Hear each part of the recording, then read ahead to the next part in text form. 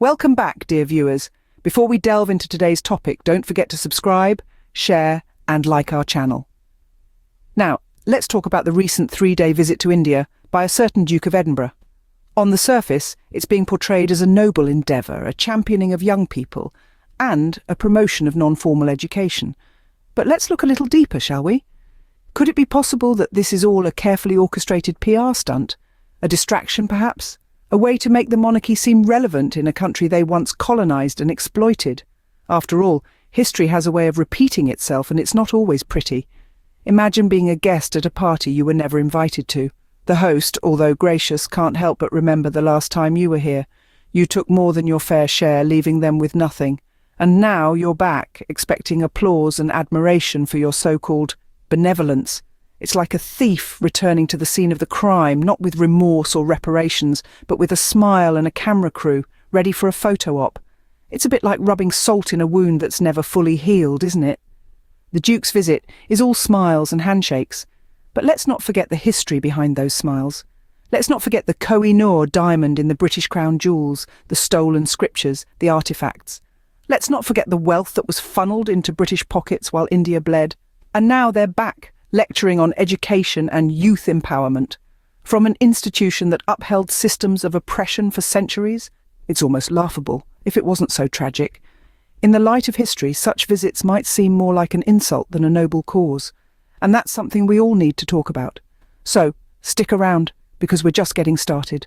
The Koh-i-Noor diamond, a gem that once belonged to India, now adorns the British Crown jewels. It's an object of beauty, but its history is far from beautiful. The Koh-i-Noor, meaning mountain of light in Persian, was once the largest known diamond in the world. This precious gem, along with countless other artefacts, was seized by the British during the colonial era. India, a land rich in culture and heritage, was systematically stripped of its treasures. These weren't just material possessions, they were symbols of a proud and ancient civilization. They were the tangible embodiment of stories, traditions, and a collective identity that was being violently erased. The theft of the Koh-i-Noor diamond was just the tip of the iceberg. There were the stolen scriptures, the priceless artifacts, the irreplaceable pieces of history that were carted off to foreign lands. The wealth of India was being funneled into British pockets, while its people were left to bleed. This was not a simple case of looting. This was a deliberate and calculated act of cultural erasure, a way to establish dominance, to belittle and undermine, to break the spirit of a people by taking away their history, their heritage, their very identity. These stolen jewels, these ill-gotten treasures, they're more than just shiny trinkets in a crown. They're a stark reminder of a brutal past, a time of subjugation and exploitation. They're a symbol of the wealth that was siphoned off from India and used to build the empire that the British so proudly flaunt. The Koh-i-Noor diamond, the stolen scriptures, the looted artifacts, they all tell a story of a country that was plundered, a culture that was violated, a people that were oppressed. The jewels in the crown are a constant reminder of the past that India had to endure. But it's also a reminder of the resilience of its people, their ability to rise from the ashes and rebuild, their refusal to be defined by their past. And that, my friends, is a story that's worth telling. Millions suffered under policies that led to famine, exploitation, and cultural erasure. This is not hyperbole, but a stark reality of the British colonial rule in India. Imagine an era where the land of spices, the beacon of textiles, the cradle of civilization was stripped bare of its essence, its identity. An era where the fruits of India's fertile soil were diverted to feed foreign lands, while its own people starved. The scale of suffering is unimaginable. Picture the Bengal famine of 1943, where millions of lives were lost, not to war, but to policies that prioritized war efforts over human lives. The heart of India was bled dry, its resources plundered, and for what? To fuel an empire on which the sun never set? The price of such grandeur was paid for by the silent tears and empty stomachs of millions of Indians. But the exploitation didn't stop at mere resources. The British colonial rule was more than an economic invasion, it was a cultural one. India's rich tapestry of traditions, languages and customs was seen as primitive, something to be replaced by the superior Western culture.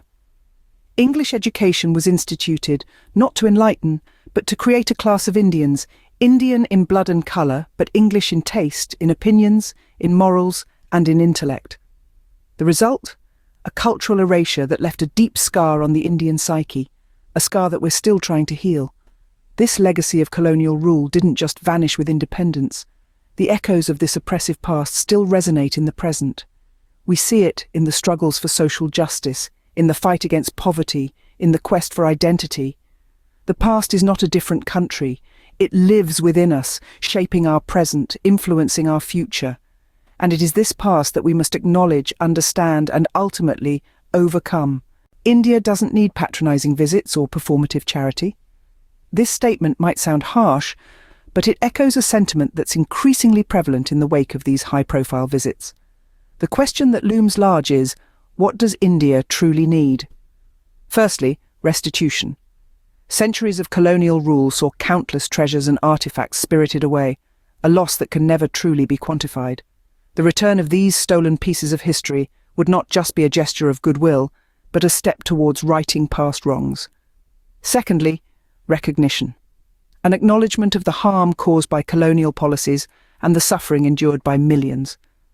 Not a half-hearted apology buried in a speech, but a genuine acceptance of the historical facts. This is not about fostering guilt, but about creating understanding, fostering empathy, and building bridges for a more cooperative future. Lastly, respect. The days of looking to the West for validation are long past. India, like many other nations, is fully capable of charting its own course. The real champions of India's future aren't foreign royals on goodwill tours, but its own people, innovators, educators, and leaders who are shaping the nation's destiny. These are the individuals working tirelessly in classrooms and laboratories, in fields and factories, in boardrooms and on shop floors. They are the ones driving change, breaking down barriers and fostering a spirit of innovation and resilience. They don't need a royal stamp of approval to validate their efforts or to make a difference. In a world that's increasingly interconnected, there's certainly a place for diplomacy and international visits, but they need to be grounded in mutual respect and understanding, not cloaked in the veneer of charity or patronization. So as we look to the future, let's remember this. It's time for countries like India to stop playing the along rhythm with of these existence plays patronizing out. visits. The air swells with the Instead, aroma of street let's food, focus on mingling fostering with the scent homegrown of spices talent, from roadside reclaiming our stalls. history, Witness and the building a hustle of future that we vendors can peddling all be wares, proud of. the relentless So what do you rhythm of think? their daily Is lives this just another echoing through PR the stunt? alleyways. The It's a question vibrant worth chaos pondering, of the isn't it? bustling Do bazaars, these visits, a these testament grand to the gestures, resilience actually and hold spirit any of weight? those who call Or these are they streets merely home. an attempt to In the divert heart of the attention from slums, history, there's a from the pulsating scars left energy, a behind by a vibrant past that's been tapestry of life. conveniently glossed over? Despite the hardships, laughter. Consider this.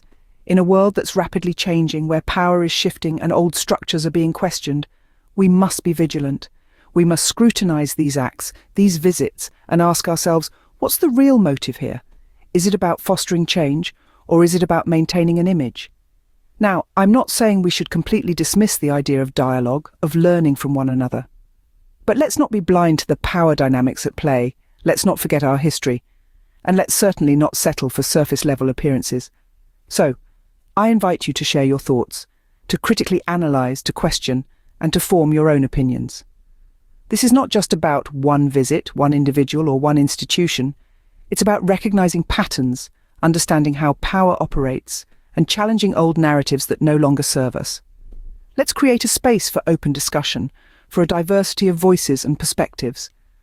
Let's learn from our past, but let's not be defined by it. Instead, let's envision a future where respect and understanding are at the core of our interactions, where we stand tall and assert our worth. And remember, your voice matters, your thoughts, your opinions, they contribute to the larger conversation. They drive change. So don't shy away from speaking your mind, from questioning the status quo. Remember, your voice matters. Don't forget to like, share, and subscribe for more unfiltered takes. Until next time, stay curious and stay informed.